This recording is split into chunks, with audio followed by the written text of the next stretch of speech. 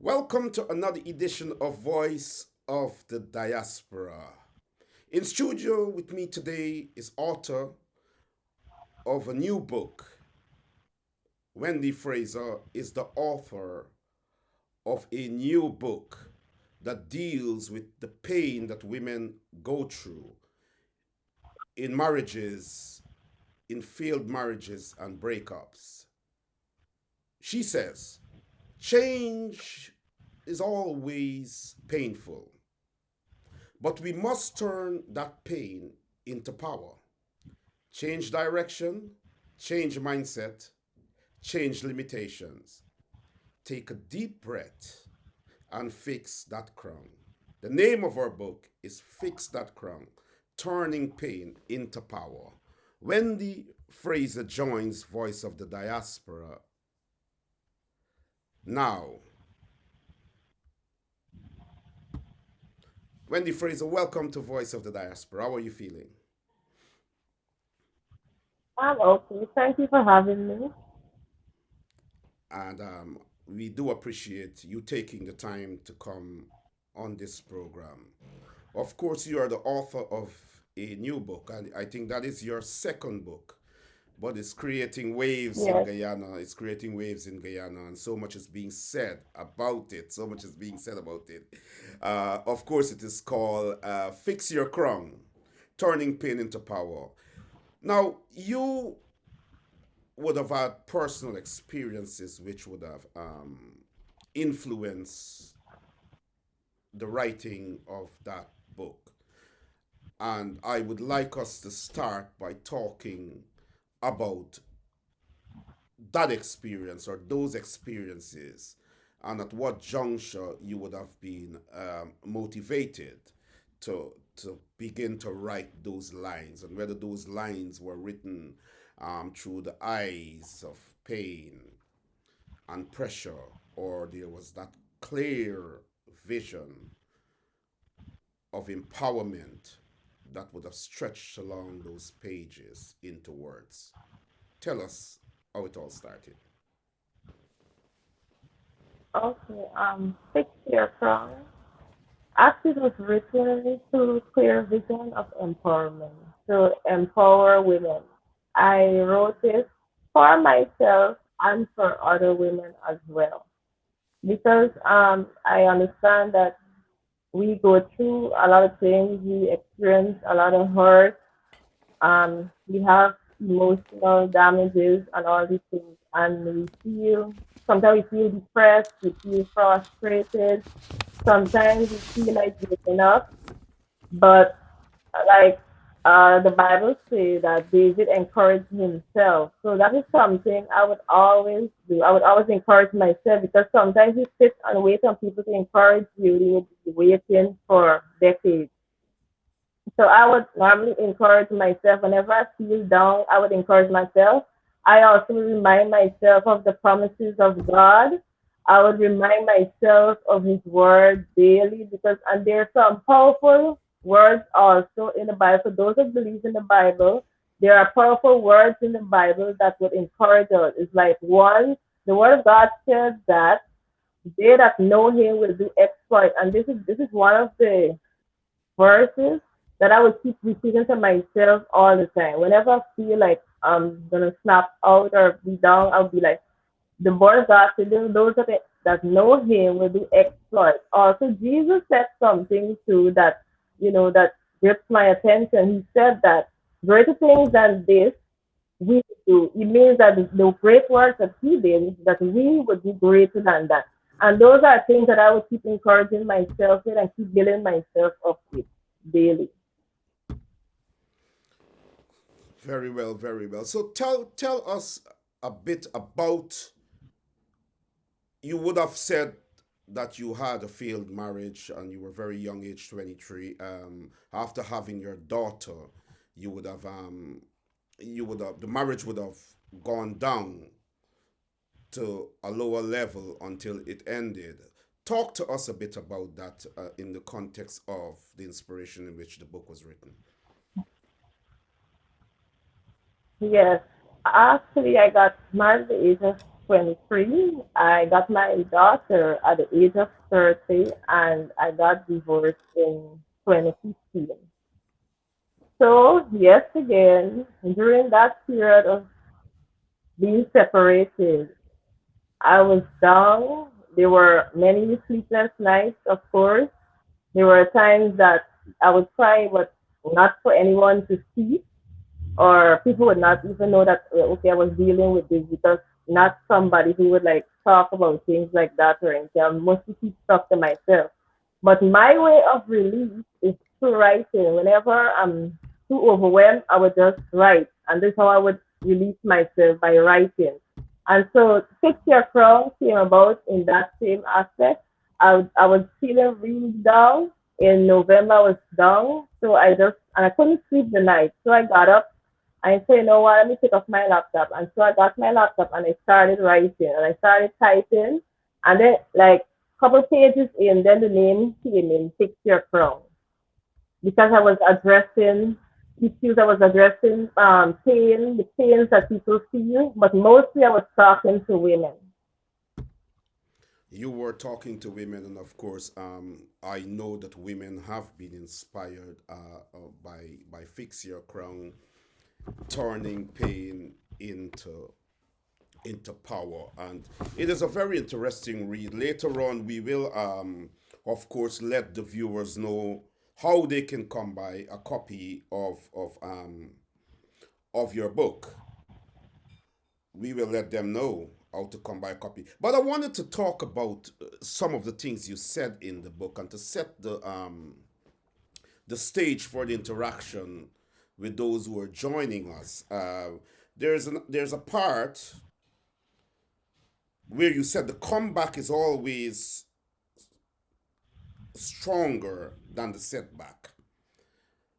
And I want to read a few lines. There comes a time in your life when you have to say enough is enough.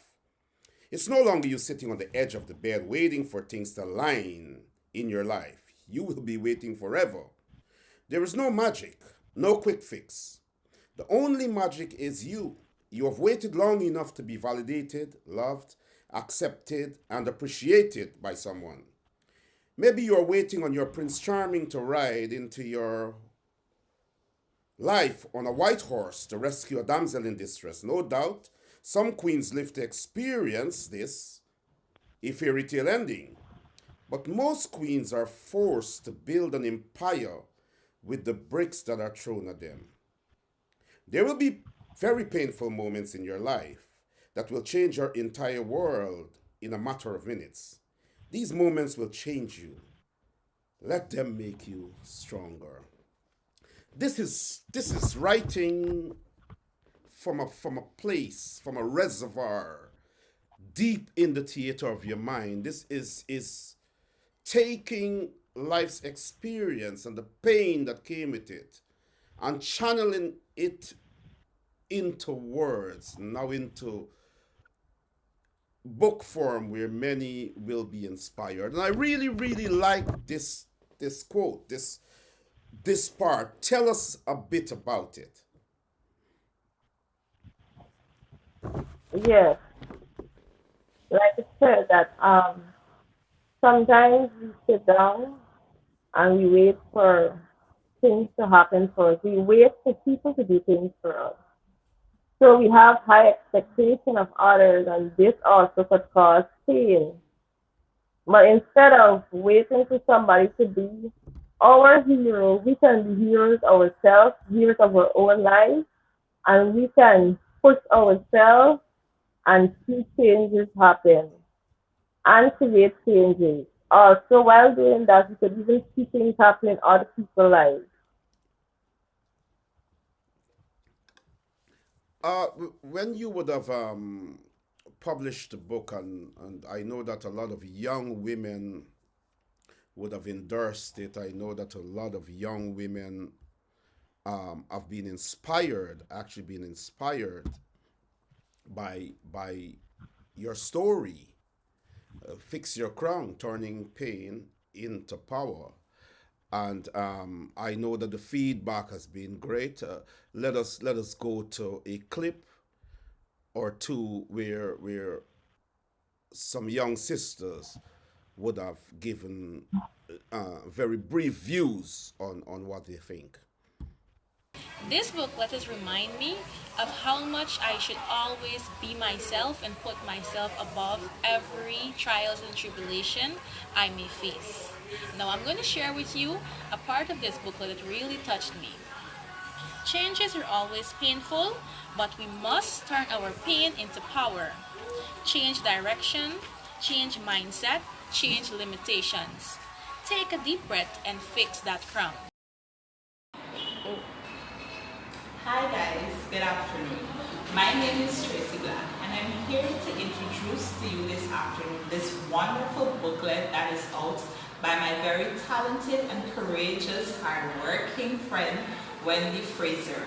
The title of this booklet is Fix Your Crown, Turning Pain into Power. And I am inspired, I am elated. When I read this booklet, it took me back to years ago when I had some struggles. You know, as a woman, we go through many struggles on our jobs, in our relationships, family issues. There are a lot of curses, generational curses that follow us. And you know, we struggle with them. And when I read this booklet, I was inspired to know that I have to keep moving. I have to make a change. I must take charge of my life and change will come. And So there it is. You have inspired young women in Guyana, and as the book is being read by many, I know that many more will be inspired. I understand also that it is not only the book, Fix Your Crown, Turning Pain into Power. It's not only about broken the pain that comes from broken marriages and relationships, but also, the pain that comes from everyday living, things, experiences at work, among other things. Talk to us a bit about that. I know you're getting a bit warm now. Talk to us a bit about it. Speak to the viewers around the world. Let yourself out now and let us know, passionately, about these things. Give us some examples also of real life experiences and issues that would have inspired those words that are in that book. Yes. Um, the pain is not only about having a broken marriage or having relationship problems, husband and wife, or boyfriend girlfriend. No. I did mention in the booklet that we have other issues. We have siblings. We have problems with our siblings. We have some parents and their children have issues. We have issues on the job. We have issues with our colleagues. We have issues with friends.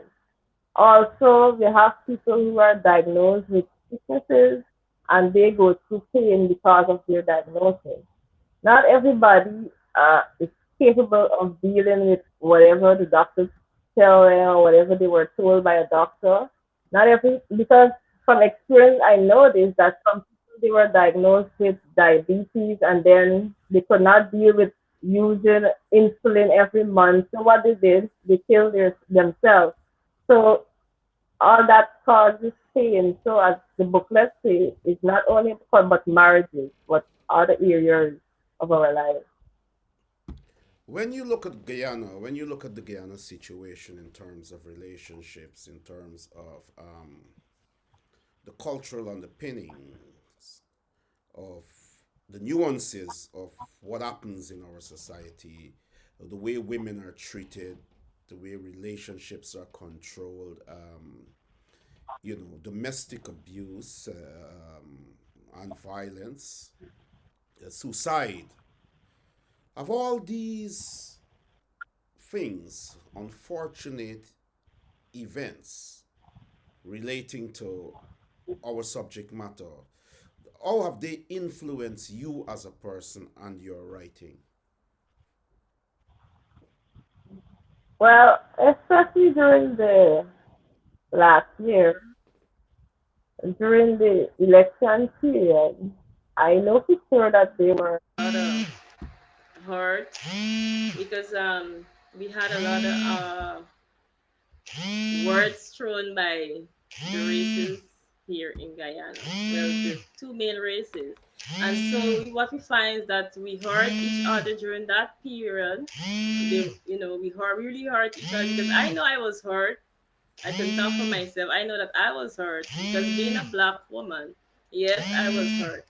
So that too, fix your crown and turn our pain into power, that too can help us in that area because looking at our blackness, I know that when people see us, that I don't know,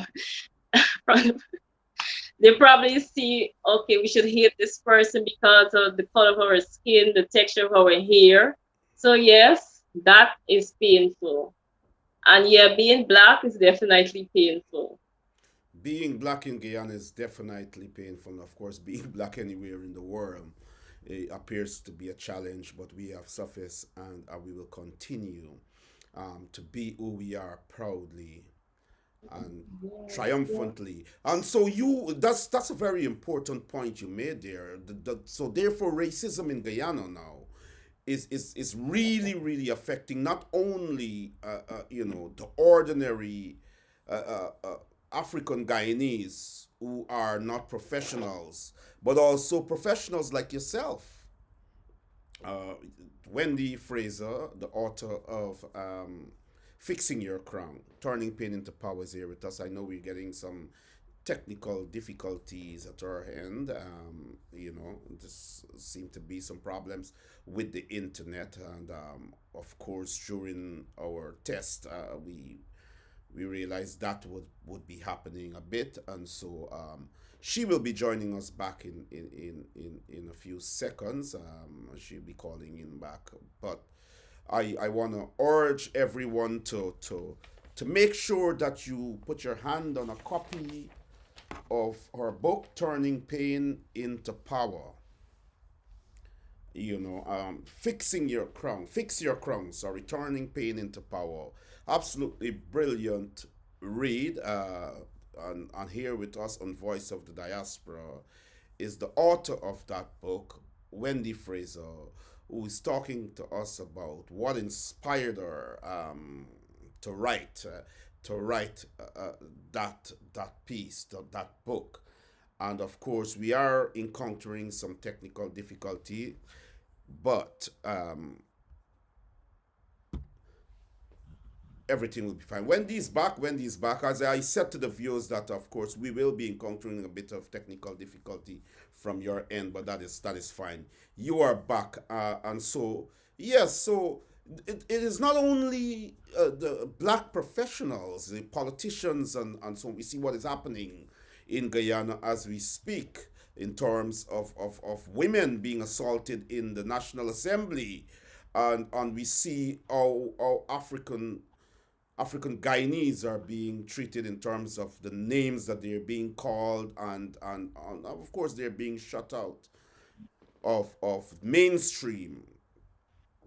mainstream in Guyana. And so it's very very relevant and important that you would have said that you um, would have felt that too, that kind of hate, that negativity that is coming from a society that should be one people, one nation, one destiny. Could you expand a bit more on that?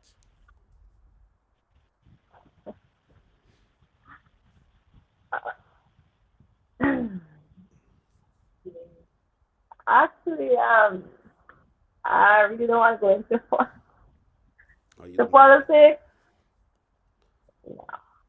Well, we're not going into politics. The context is you raised that issue in terms of the negativity that the black skin face in Guyana, and you are a writer. You are a deeply thoughtful person, and the viewers would probably want to hear a bit more about that. But of course, it is your decision.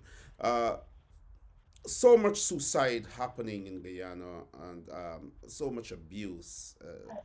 Women are being treated still as as doormats, for the want of a better term. Do you see yourself being an advocate for that change in Guyana? Do you see yourself going out there to empower women, to let them realize that they do not have to stay in abusive relationships, that they can find work regardless of what they do, and to be independent, and to know that men should not even raise their voices at them, much less allowing physical abuse to come into the relationship. What are your views on those things, and what do you have to say to the young women out there? Yes, I would say that if you're in a relationship and you're being abused, that you should get out. Well, me saying that sounds very easy, but the person in the relationship, they would find it hard to get out, indeed, because they would be thinking that where they're going to go, they're going to be looking at, okay, if it's somebody who's married and they're in the church, they're going to be wondering what the church is going to say, what the people are going to say, what the neighbors going to say. And people look at all kinds of things. They look at their children, they look at, okay, the studies, where they're going to eat, where they're gonna get money from, how they're gonna look after their children. So I think that's one of the reasons a lot of women stay in abusive relationships. Plus, then you have soul tie. They're with this person for a number of years, so it's hard for them now to actually detach from the person because of soul tie. So dealing with somebody like that, you have to keep encouraging them, and you have to keep giving them positive words and letting them know that there's a better way. And they have to make the decision, of course, but it's not easy because I've dealt with women who were in abusive relationships, and you would talk and you would talk and you would talk, and they would tell you that they probably don't have a job, they don't know who's going to take care of the kids, they don't know what's going to happen to them, that this person is the only person they know, and things like that you would hear from women. But of course, we have women's rights organizations in Guyana. I Red Thread readily comes to mind. There are a few others. They are very popular and effective activists. Lena Free, and a number of other strong women, and of course we have, or we should have, governmental departments, or a governmental department that deals with these issues. Do you believe that they're accessible, being on the ground there and being doing what you are doing and being aware of all that is happening? Is it easily accessible for abused women to get help from these organizations, or is it, you know when one approaches the relevant government organization, you just get somebody pushing aside? Is there still that fear of not wanting to go to for help because maybe next day everyone would know your business and so on? What are your views? Well, concerning the organizations, I don't know much about them. I don't know what they're really doing. But like you said just now, one of the reasons uh, somebody might stay or choose to stay in an abusive relationship is because they might fear that, if they confide in this person or maybe this counselor, that, the business is going to be all over. And you find that all the time happening, that, you have people are not really confidential. So, and People are scared to, let people know, well, okay, I'm living in this house with this man, and this is what happens all the time. So people are scared to talk. People are afraid to speak out, and of course there is that there's that side also where women are very critical of other women, and instead of helping a sister, or as you said, a damsel in distress, people, other women may tend to to cast aspersions and ridicule and so on. And I think your book deals with that also. And I wanted to go to this clip quickly where a young woman is advising. She's advising that there should be that sort of unity existing amongst women. And this is what she had to say in relation to your book. Instead of us as women tearing each other's crowns off of their heads and tearing each other down. Instead, we should be able to build each other, build a sister up. You know, keep a sister going. Say something encouraging.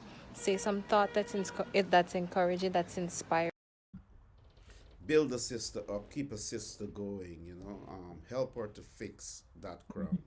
And so the conversation is Yeah. being had, and I know we're going to wrap up soon, but you have the opportunity to say to women out there in Guyana and in the diaspora, the world is watching you, the Guyanese world is watching you now. And how do you say to them, fix that crown? Fix that crown.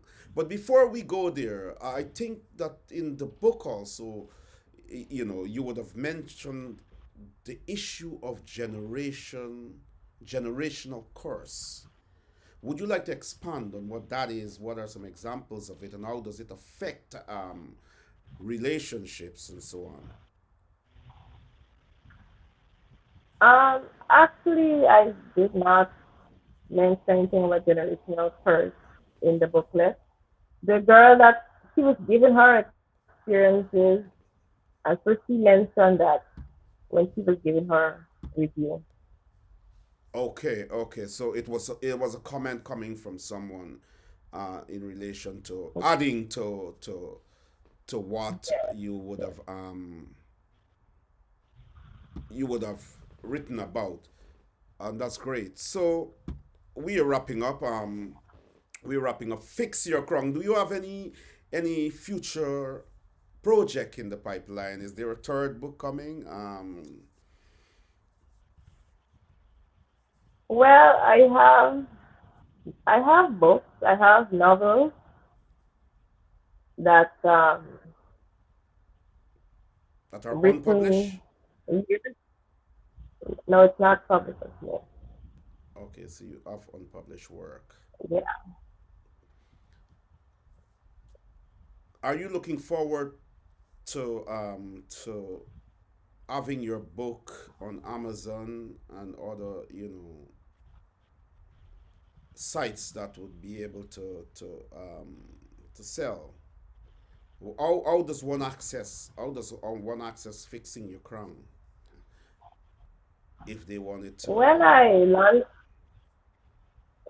after I launched Chosen Vessels, I was advised to use Amazon as a platform. Yeah. So I attempted, but it didn't work, but I didn't get through. However, anyone interested in having a booklet, Fix Your Crown, they can contact me on my phone number. Okay, and that number is 674-8146.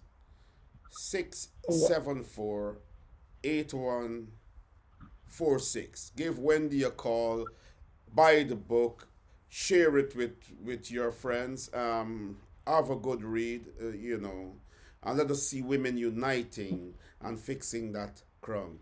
In closing, Wendy, what would you like to say to women in Guyana and in the diaspora?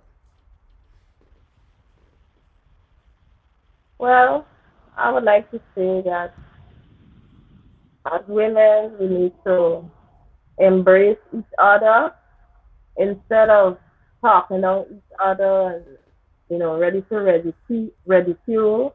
We should try to bring words of encouragement. I mean, sometimes you see somebody and you don't know what they're going through. You see a woman walking on the road, even though she might be smiling, you still don't know what she's going through. And it could be general, a man, a child, you don't know. So instead of us, the first thing we seem to know to do is to ridicule each other. We seem to know how to pull down each other, talk about each other, instead of trying to, find out where the person might be hurting and try to, be a shoulder that someone can lean on, even if give them a tissue so that they can dry their eyes, like be a friend to somebody. Because a lot of people need friends, but they just don't know who to trust. A lot of people need friends, but they just don't know who to trust. Tell me that story. But we have to keep traveling along that road to make better for ourselves and for those who are around us. I know you have a daughter, and I know you would be working very Yeah. hard to ensure that the environment is conducive to her growth and development, her safety, and to her being a complete woman in a society that will not break her. I want to thank you very much for coming on the program. I know it's a brief show, and as your work continues, of course, we would have you back here on this program to talk about the things that you're doing. But I do hope that you get involved in advocacy, and I wish you the best of luck with your book and with the circulation. And I would encourage Guyanese to buy that book wherever you are. Give Wendy a call on 674-8146. 674-8146. You can WhatsApp her, and you can have that link to Fix Your Crown, turning pain into power. Thank you very much for being on Voice of the Diaspora, Thank you for having me. and have a good evening.